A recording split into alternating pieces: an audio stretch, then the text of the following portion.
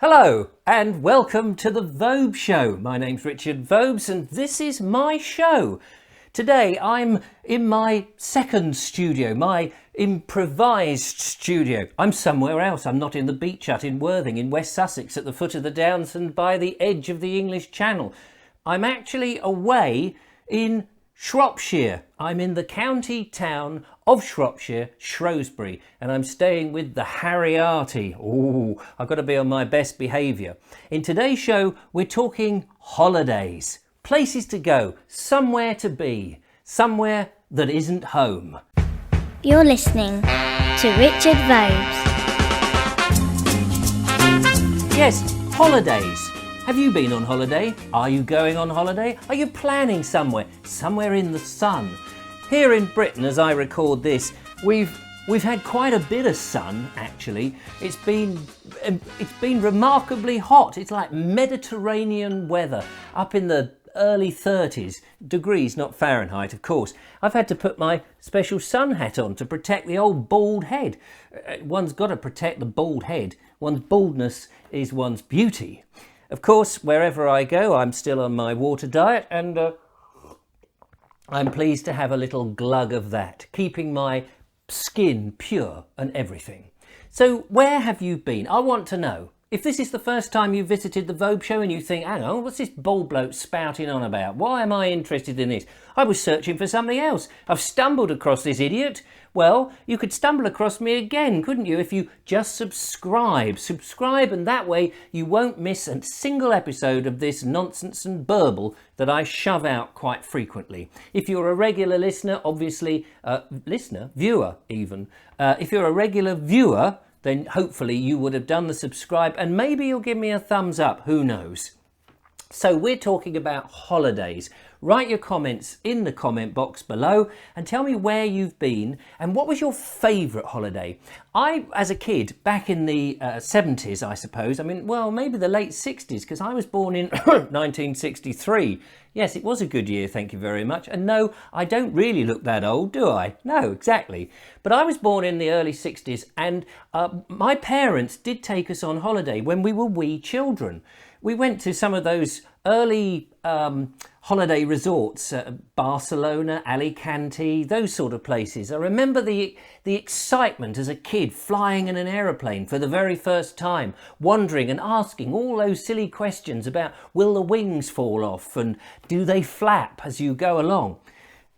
When on holiday, I suppose as a kid, you just sort of accept a lot of stuff. You don't really appreciate where it is and where you've gone and the distance. You've sort of got a notion of it, but because it's all done for you, you go past the passport and you arrive and it's all nice and there's a swimming pool and that's all you're worried about. You want to try and meet some friends there and you discover they don't speak your language because they all spoke Spanish.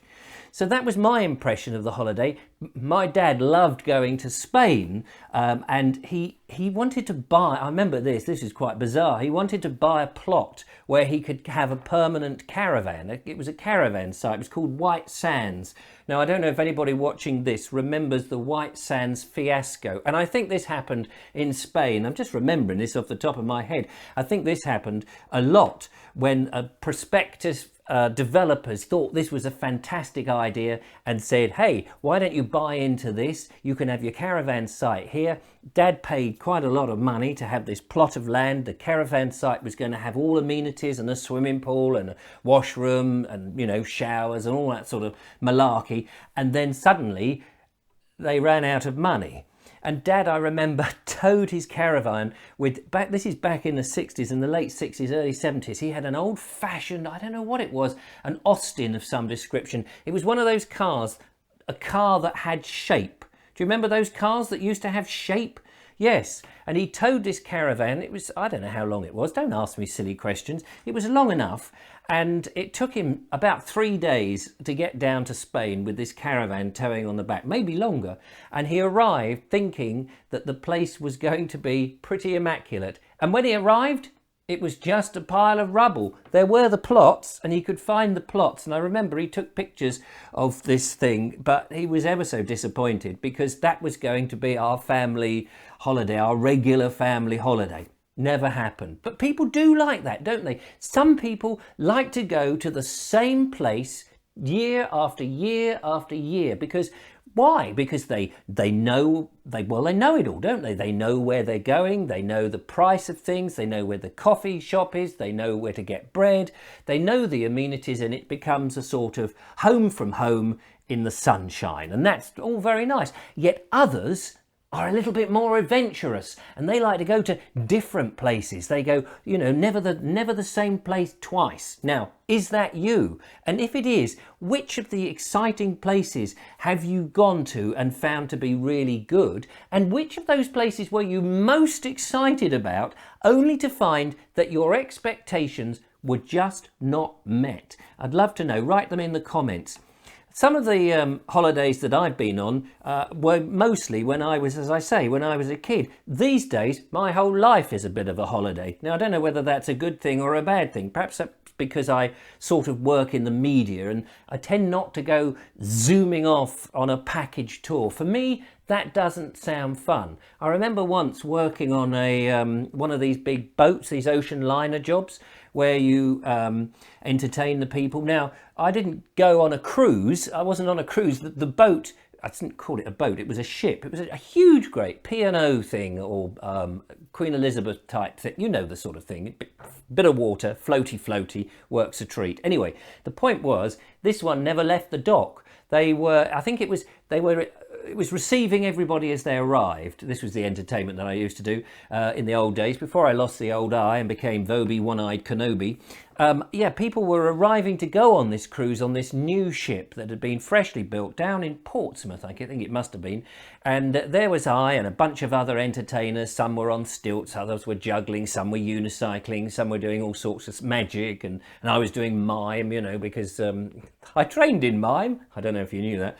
And so you go on this big ship and you see, it's immaculate, it's lovely, everything's like a floating hotel, they say, don't they? But you're stuck on this thing on the ocean, and after, I suppose, a couple of days, does the novelty not wear out? I'm asking because I don't really know. Maybe it does, maybe it doesn't. I'd be interested in your thoughts.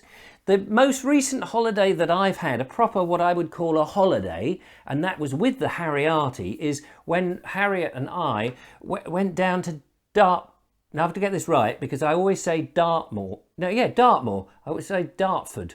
And I don't mean Dartford, or I don't mean that because that's the place with the tunnel off the M25. I mean Dartmoor, the moor down in Devon, Dartmoor. Huge, great moor, of course. I was going to say a place of grass, but obviously it's moorland. If you've ever been to Dartmoor with the ponies running around and all that sort of stuff, and the old, I don't know what they were mining for. I should know this because we did some podcasts. Was it not flint, obviously, but copper or other things? Anyway, some metal stuff that's in the ground. I'm sure you're aware of what it is. And they had these gullies of water which had names, and it purposely escapes my memory at this moment what they were called. These gullies of water which were designed to take the water off the landscape and bring it down to the river Dart. It must be at Dartmoor. There you go. So it was a walking holiday, and we visited the prison there, the Dartmoor prison, Prince something or other. You see, should have done one's research on here, but I haven't got time to muck about with all of that when you've rushed up the night before to get up here so that I can bring a show to you. So your Dartmoor walking holiday, that was fantastic. At one point, Harriet and I were walking on this walking holiday around the huge moors on Dartmoor, and the weather changed. It got a bit grim, and we were trying to find our way back. We went off the map. And that's a bit of a mistake, really, because I had a compass and I knew that if we went in that way, we would eventually get to Princetown. There you go. That's what it's called, the prison at Princetown in Dartmoor. And we would eventually get there. But we were a bit lost. The weather had changed. And the next thing we knew, a helicopter was circling us, making sure that we were all right. And they were looking down, and I waved up to them. I said, no, I know where I'm going. I've got a compass, mate. I've got a compass. On Dartmoor, the weather can change quite drastically. 1 minute it can be pretty good visibility, and the next, suddenly the fog rolls in, and people do get lost. Never to be found ever again on Dartmoor. So If you want to take your mother-in-law and you don't like her too much, there's a perfect excuse to take her for a nice little stroll, and as soon as the mist comes in, scarper. Anyway, that's the last proper holiday that I would say I've gone on. I mean, I've been to America with the Vobes show when we recorded it, but that was sort of a working holiday, and that's the sort of holiday I like. I like to go on a place where I've done some research and I know what I'm looking at. I've also went to Italy once, and there was this port, Cinquecento, I think it's like the name of the car, the little Fiat cars, Cinquecento, a port, and a beautiful little village. And there I remember we had pizza, and it didn't taste like the pizzas we have in England. I mean, they were much thinner, and to be honest, they didn't seem as good. Maybe it was just a bad pizza, but it was a tiny little rundown village. I would like to have known, it was a business trip, you see, and I didn't have that much time, but I'd have a wander around. I would like to have known more about it. It's like going to a museum. You go to a museum and you go, oh yes, that's an old thing, and there's another old thing, and oh yeah, there's another old thing, and oh look, in that room there's a bloody great room full of old things. And in the end, they become a bit meaningless to you unless you've got something in mind or you know something about a subject, and then you can go, gosh, this primitive ancient man's hat, that was worn by a one-eyed man who used to video himself and talk utter rubbish to an invisible audience. Yes, that's got to be worth something. Anyway, tell me about your holidays. Where are you going? What do you like about holidays? Why do you need a holiday? Surely life should be your own holiday. Let me know. Put a comment in there. If you haven't subscribed to the show, make sure you do. Give me a thumbs up, and hopefully, I don't know where I'm going to be next, but I'll be somewhere. Until then, bye for now. You're listening to Richard Vobes.